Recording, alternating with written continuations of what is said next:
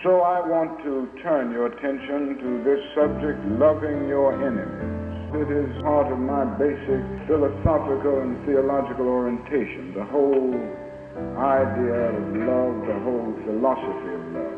Love is understanding, redemptive goodwill for all men, so that you love everybody because God loves them. You refuse to do anything that will defeat an individual because you have agape in your soul. Because hate destroys the hater as well as the hated. MLK is the preeminent figure of the civil rights movement. I believe he was one of the more seminal voices, not only as an orator, but as a writer and a thinker that the 20th century particularly produced.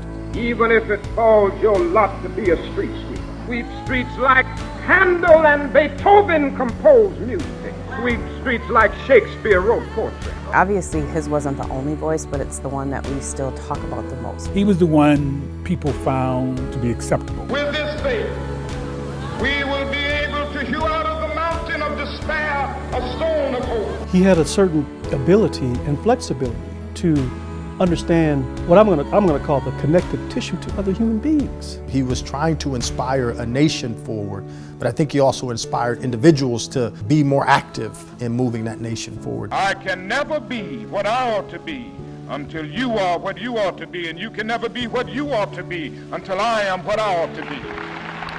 Even though we might have different perceptions of that vision, his vision of progress resonates with everyone.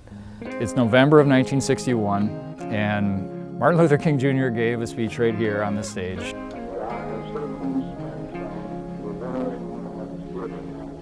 Dr. King was in Mankato? I think you'll find a lot of people who are quite surprised that Dr. Martin Luther King Jr. came here in the 60s. What Martin Luther King Jr. is embarking upon here is kind of a long mission to get the Midwest, the North, to care about this movement that's primarily, at this time in 1961, primarily happening in the South. It says a ton about his willingness to go wherever the message had to go. The Wesley Foundation that recruited him to come here, I think we're definitely part of that vision. It shows the mobility of Dr. Martin Luther King Jr.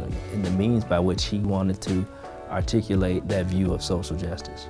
Martin Luther King Jr. lays out in his speech 3 challenges. He calls them challenges for the new age. They were relevant in 1961 and they're still relevant today. He talks about the challenge of recognizing that you live in an interconnected world.